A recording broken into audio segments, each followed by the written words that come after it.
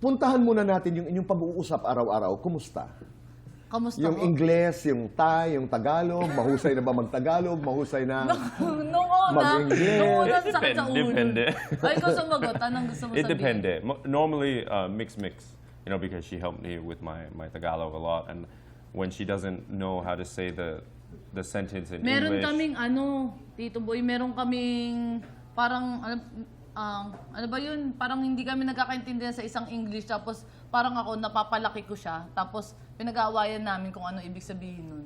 Ah, Kasi okay. parang sinabihan niya ako na parang stop pretending that you don't know.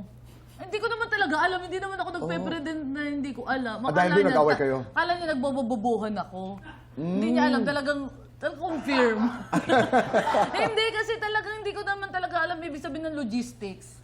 Logistics. Kala niya, alam ko, sabi niya, wag, parang stop pretending that you don't know that. Okay. Sabi ko, hindi ko nga alam. Eh, syempre, kausap ko siya, so hindi ko ma-chat GPT. Isa lang yung cellphone ko doon. So, Okay. ayun yung mga isa sa mga minsan din namin napagkaunawaan. Pero